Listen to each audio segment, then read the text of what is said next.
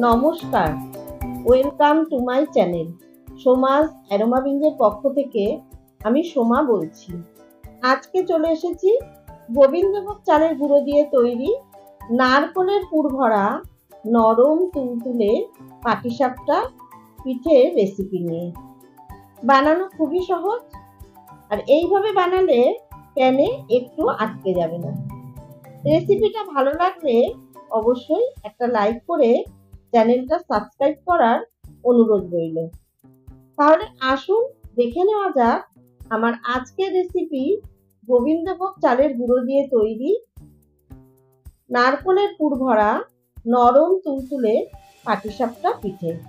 প্রথমে আমি পুরটা তৈরি করে নিচ্ছি। তার জন্য গ্যাসে একটা প্যান বসিয়ে প্যানের মধ্যে নিয়ে নিচ্ছি 1 কাপ ফ্রেশ নারকোল কোড়া, 1.5 কাপ পরিমাণে লিকুইড দুধ,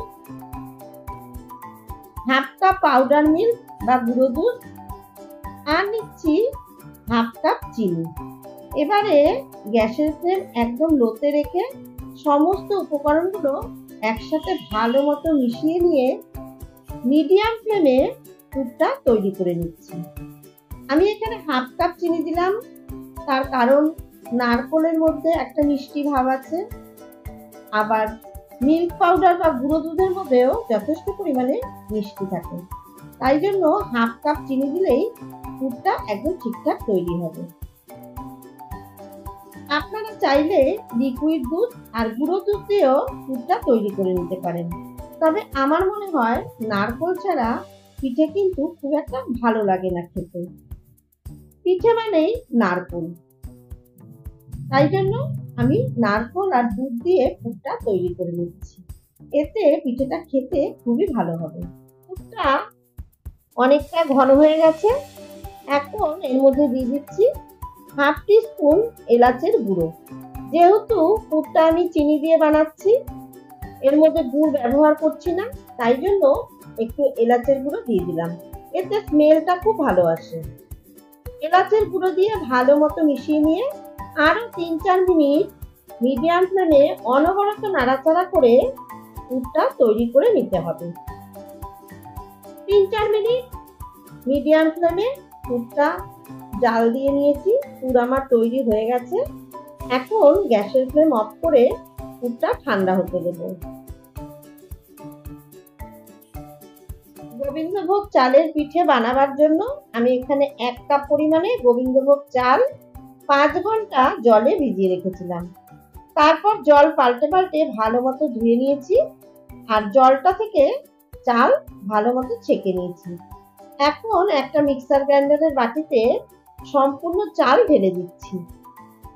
এর মধ্যে দিয়ে দিচ্ছি 1 কাপ পরিমাণে লিকুইড দুধ। দুধ দিয়ে চালটাকে ভালো মতো পেস্ট করে নেব। একদম মিহি করে গোবিন্দভোগ চালের পেস্ট তৈরি করে নিয়েছি। এখন চালের পেস্টটা একটা বোলের মধ্যে ঢেলে দিচ্ছি। আরো খানিকটা দুধ মিক্সার গ্রাইন্ডারের বাটিতে দিয়ে দিলাম। বাটিটার মধ্যে একটু চালের পেস্ট লেগে আছে। এবার ভালো মতো মিশিয়ে নিয়ে সেই মিশ্রণটাও বোলের মধ্যে ঢেলে দিলাম। এখন এর মধ্যে নিয়ে নিচ্ছি 2 টেবিল স্পুন ময়দা, সামান্য একটু লবণ, 2 টেবিল স্পুন গুঁড়ো চিনি বা পাউডার সুগার। এখন একটা চামচ দিয়ে সমস্ত কিছু ভালো মতো মিশিয়ে নিচ্ছি। তবে আমার মনে হয় হাত দিয়ে মেশালে বেশি ভালো হবে, তাই আমি হাত দিয়ে সমস্ত কিছু ভালো মতো মিশিয়ে নিচ্ছি। আর একটা কথা বলে রাখি, এই ব্যাটারটার মধ্যে চিনি কিন্তু খুব বেশি দেবেন না। 2 টেবিল স্পুন চিনি দিলে যথেষ্ট। যেই পরিমাণটা আমি বানাচ্ছি তাতে 2 টেবিল স্পুন চিনি প্রয়োজন। আর আমার এই ব্যাটারটা গুলতে 1.5 কাপ লিকুইড দুধ লেগেছে। এর থেকে ঘন ব্যাটার কিন্তু তৈরি করবেন না। পাটিসাপটার ব্যাটার কিন্তু পারফেক্ট তৈরি হয়ে গেছে। ওদিকে পাটিসাপটাগুলো ভাজার জন্য প্যানের মধ্যে অল্প একটু ঘি ব্রাশ করে নিচ্ছি। তারপর ব্যাটারটা ভালো মতো গুলে নিয়ে গ্যাসের ফ্লেম একদম লোতে রেখে 1 হাতা ব্যাটার প্যানের মধ্যে দিয়ে দিচ্ছি। হাতার পেছন দিয়ে এইভাবে একটু গোল করে দিচ্ছি। তারপর 2 থেকে 3 সেকেন্ড একটু রেখে দেবো। তাতে কি হবে, সাইডগুলো দেখবেন আলগা হয়ে যাবে। এবারে এক সাইডে পুরটা দিয়ে এইভাবে ঘুরিয়ে দিতে হবে।